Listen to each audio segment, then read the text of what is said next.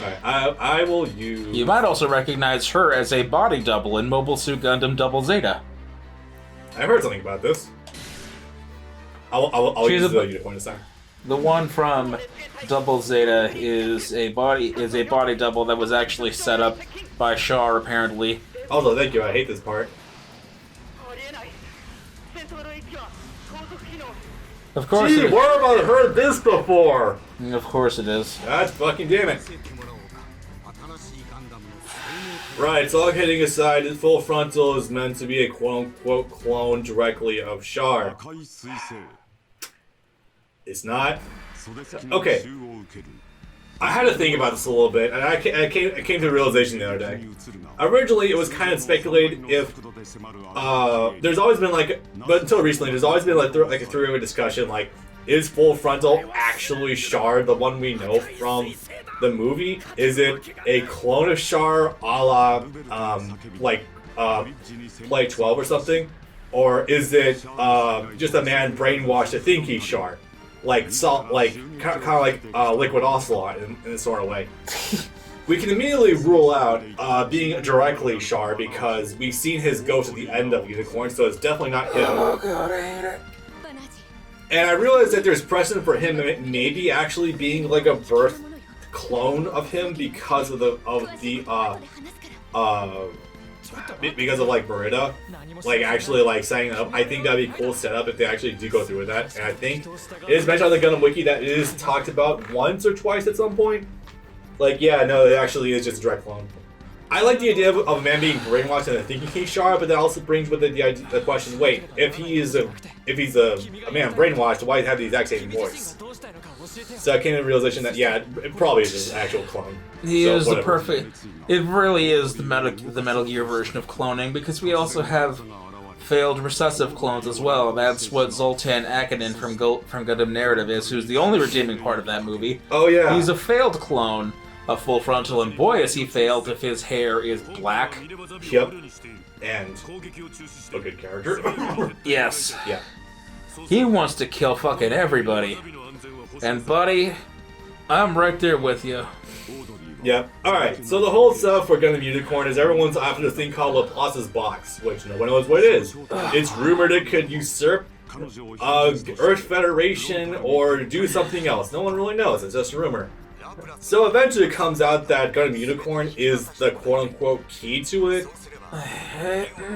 So you mean to tell me you made a unicorn, or you made a Gundam that is made to fight directly against new types, even though it's built on the thesis of helping, like, make new types like a thing because of Laplace's block? Are you high? Why would you do that? That's directly contradictory to its own development. Okay, sure, why not? Also, every important Gundam that's ever been piloted up to this point was piloted by a new type. So... You know, it's funny. It's mentioned during one flashback, and by Full Frontal himself, that... no, not by Full Frontal, not someone else. That, Banana is a new type, but he's also undergone training that's sort of like a cyber new type. Yeah, it's very striking when you suddenly transition to a flashback and he's strapped to a chair with an eye patch on him. Like, what? Okay. We'll get to that. No, we won't. No, we won't. That's something that comes up later. Yeah. Cardia's Vist is a dick. He kind of is, and I think that's the exact reason why his wife and kid left him. Because go figure. Yeah, we never hear anything about Banazher's mother at all. We know she died. That's about it. Anyway. Also, Banazher's attending college at 16, like every Gundam kid. 15. Even better. Oh, so he's a minor, funny enough. Actually, no, wait. 15, never mind. And of course, it's funny because he's attending the Anaheim Industrial College. One of the quotes in there actually is directly that, hey, you can't do much of anything if you don't at least graduate high school. He's so advanced that he's attending college while going to high school. Jesus Christ.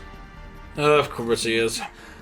Taylor kind of went through something like that too, but it was a different kind of program, and it kind of fucked with her emotionally because it's rough. AP classes are a fuck. It was an AP class. But those are also a fuck.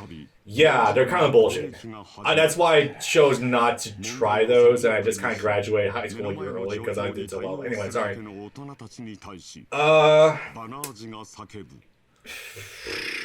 Boy.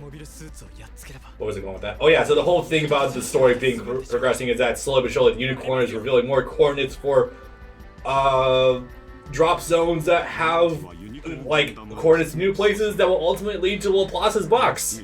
So it's a treasure hunt based on It is what bullshit the Unicorn decides to spit out that day. more or less.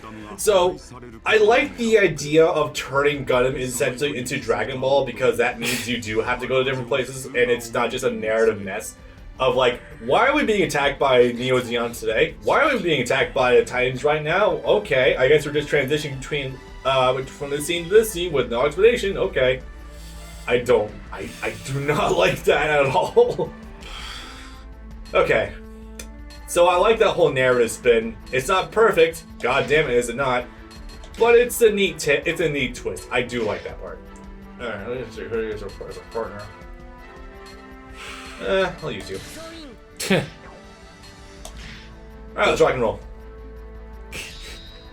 Now, some of you guys might remember a long time ago when I did top 10 transformations in video games. I did put the Unicorn Gundam on there with MTD form. And for the record, yeah, it's still pretty good. You pretty much turn into fucking Wolverine when you use this. Like, it's that goddamn strong. Also, the sound that the beam magnet makes me nut. Like, holy shit, dude. Things just, like, it just sounds like things die when you pull the trigger.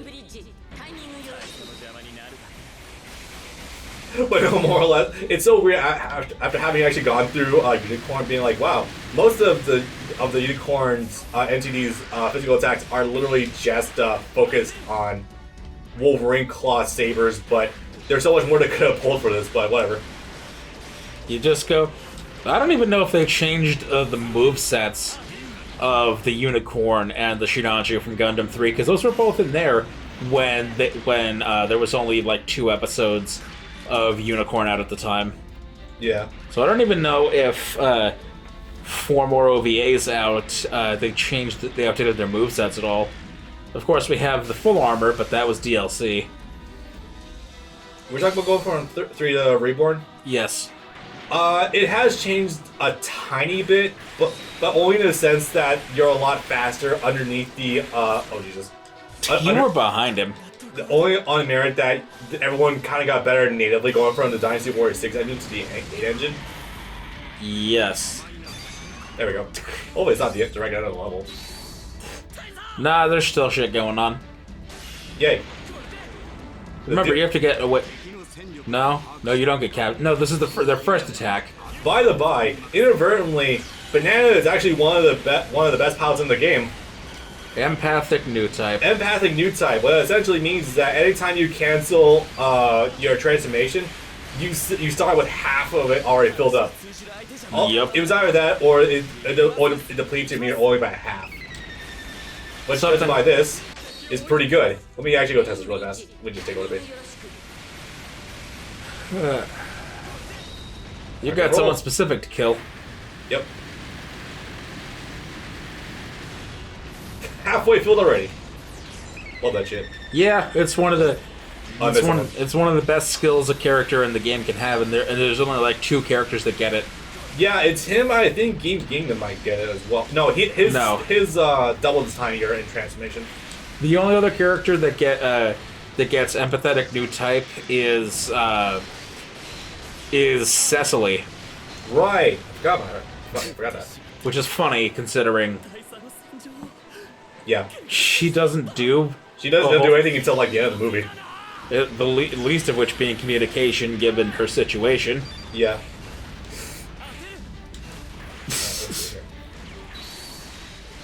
God, that's a movie I would love to see get its dues, but that's never going to happen. You know, it'd be nice in general. Really, anything much far deeper into the UC timeline, honestly. Not even specifically cross-race, just anything really, or cross-race, crossbone. That's the one. Yeah, no, you know what? Nah, give us some Mobile Suit Victory Gundam Exodus manga. The one where, once again, we get another appearance of Greystoke. I told you about this earlier. Do you know who Greystoke is? I feel like I do. My brain's a little focused right now. Not kind of mind. Greystoke is ancient old man Judo. Oh, that was his actual name. Yes, with his mobile suit, the Gump. Right. And he helps out Uso and Shakti when people who when the Jupiter Empire are trying to do something that I don't remember what it is, but it's bad. Meanwhile, Greystoke is trying to get new types set up in freezer capsules so that to be put in a rocket to be sent to the edge of the universe so they can go explore the next galaxy. Yeah. The thing that they were trying to do in Gaia Gear. Judo was the impetus for leaving the solar system. You know what? Not complaining about that at all. Alright, general character introductions. Angelo. He's fun. He's a good boy. I love him. He's a giant, violent dipshit, but he's hilarious in his own way. He's a goddamn idiot, but he's an adorable idiot. He is extremely defensive of Full Frontal. It's kind of fucking hilarious, actually. That's because he wants Full Frontal to give it to him. Yeah, I mean, more or less. Something That is not an accurate assessment. Something Full Frontal saved his life when he was poor and homeless and dying or something, so he owes him everything, so he loves him. Was that it? That's like literally the reason why a lot of people were following fucking Sirocco. Thereabouts, yeah. He was poor, he was homeless, he was dying. Fair enough. You don't need the deepest of motivation, so long as it suffices, and I'd say that's a decent enough motivation. Yeah. To just to follow someone. Destroy ambush commander, rescue Riddick. Do I have to though? Yeah, he's flying the Re-GZ. Why not? Oh no, he's flying the Delta Plus. The Delta Plus, which is also that's an unfortunate thing. Fucking Unicorn does introduce some of the coolest mech designs in the whole series. Like, god damn it. Fair. But it also has a lot of iterative designs, and they're fine, I guess. It does actually sort of go out of its way to adhere to continuity, actually, so that's kind of funny. Sometimes Unicorn adheres to continuity. Once in a great while. Like, for example, canonically, chronologically, it is the first time you see a certain mobile suit that makes its first,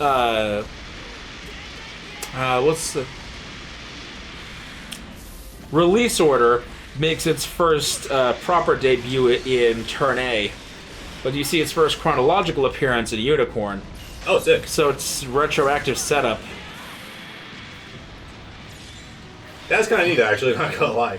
Oh, was it the thing that was like, it's actually just like an advanced version of Zaku, but it shows up in Turn A? It's called something completely different?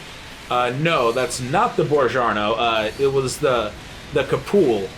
It's a Haro.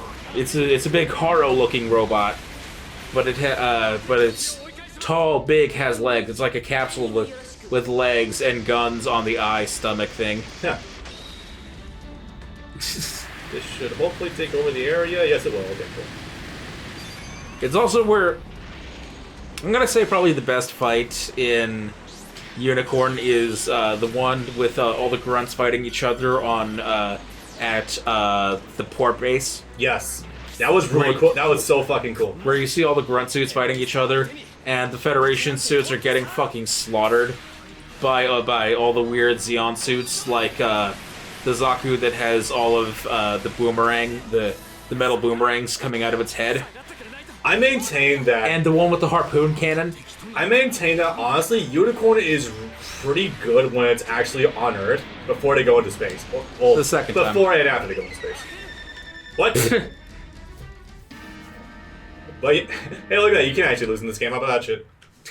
Okay, I gotta take this a little more seriously now. Which is weird, because I thought I was taking that pretty seriously. Okay, so when you're not being dogpiled by multiple enemies at the same time from multiple directions, this level isn't actually too difficult. And being told you have to protect things on different sides of the map. Yeah. I completely forgot that the unicorn NTD is fucking destructive as hell, but the base form is kind of lacking. It's kind of just a worse RX-78, honestly. I got that wrong again. That's bad. That also stuns me. Oh boy. And if you were bursting, it completely shuts you out of your burst. Which, that's something I hate, being shut out, as a concept, being shut out of your special fancy modes. I think it would be good if it happened to the AI as well, but it does not seem to ever do so. It just seems like bullshit. Oh, is that my Smash 5? Holy shit. 3, 4, 5. Oh yeah, Smash 5, holy crap. It's been a good while to actually use the unicorn Gundam, goddamn. Why would you? NTD and abusing it. Gundam abuses it way better than Banana can, funny enough. Alright, here we go. Alright. Now let's take this Gundam to the next level. And eventually Marita manages to get a pretty good shot on Banana, and he gets captured. Nice punch to the cockpit, funny enough. Thank you, shock absorbers on the built on the inside, so that way he didn't die from the shock. It's okay. They wouldn't start building cockpits inside the actual cock until turn A. Yeah. The cockpit of the turn A Gundam is actually inside of the crotch area, instead of inside the chest like it usually is.